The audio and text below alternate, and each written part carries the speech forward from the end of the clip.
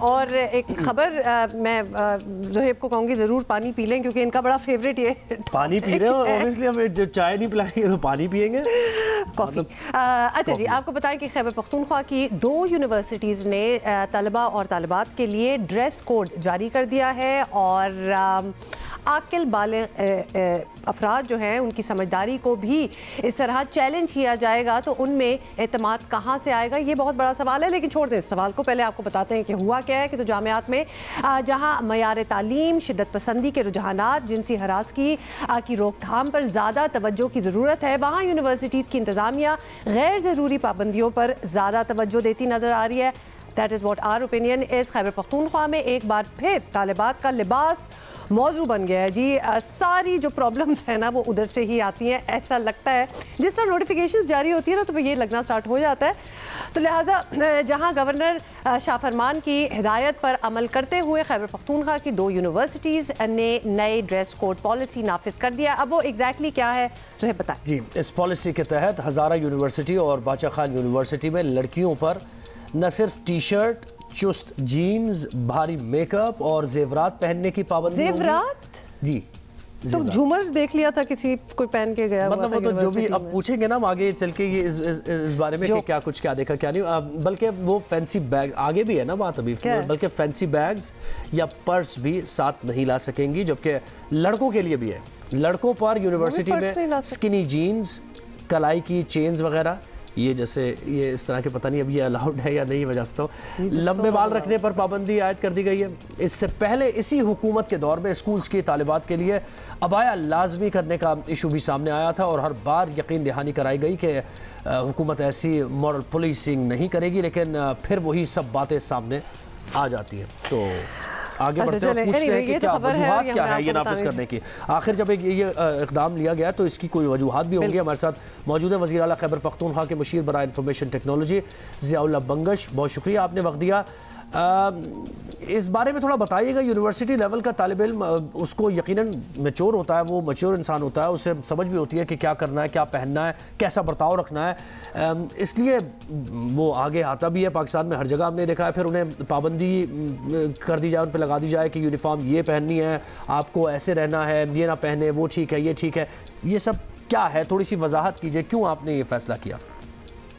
माशाल्लाह हमारे स्टूडेंट बड़े मैच्योर हैं और उनको हर चीज़ों का पता है, लेकिन कुछ माशरे में कुछ ऐसे लोग भी हैं कि जिनकी वजह से हमारे स्टूडेंट को भी इश्यूज़ आ रहे होते हैं, हमारे जो असातिज़ा हैं उनको भी इश्यूज़ आ रहे होते हैं।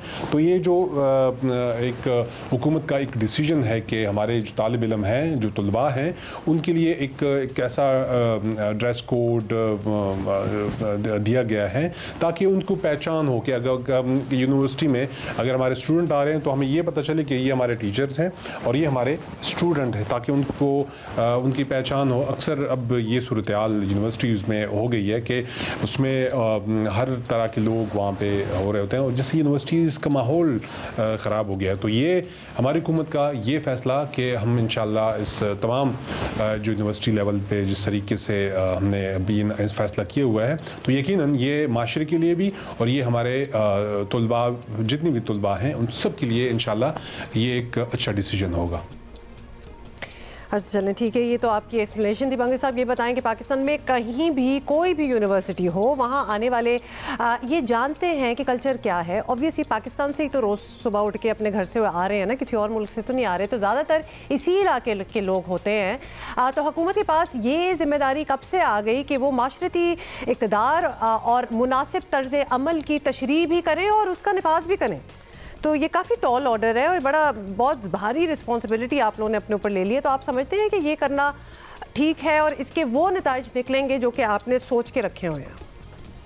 जिस माशरे में तरबियत ना हो, तरबियत का अंसर कम हो, वहाँ पे अगर आप बहुत ज़्यादा भी अपने तलबा को तालीमी याफ्ता बना दें तो तरबियत अगर साथ ना हो तो अगर उस पर ये उनको आप तरबियत ना दें कि उसके माशरे के इक़्तिदार के बारे में समझाएँ कि हमारा माशरा किस जानिब है, हमारी मजहबी क्या इक़्तिदार हैं, मज़हब हमें क्या कहता है, तो हमने सारी चीज़ों को साथ लेकर चलना होता है। हमने अपने बच्चों को मज़हब के बारे में ये समझाना होता है, हमने अपने बच्चों को ये भी बताना होता है कि बड़ों की कैसी इज़्ज़त की जाती है, हमने हमने अपने बच्चों को ये भी सिखाना होता है कि आप जिस एरिया में रह रहे हैं तो वहाँ पे आपने अपने अगर वो मेल है तो फीमेल की कैसी कदर करनी है, अगर वो फीमेल है तो मेल की किस तरीके से आपने उसकी इज़्ज़त करनी है। तो ये सारी चीज़ें आपकी जुड़ी हुई हैं और माशरे में कल्चर के लिहाज से, मजहबी लिहाज से ये सारी चीज़ें जुड़ी हुई हैं।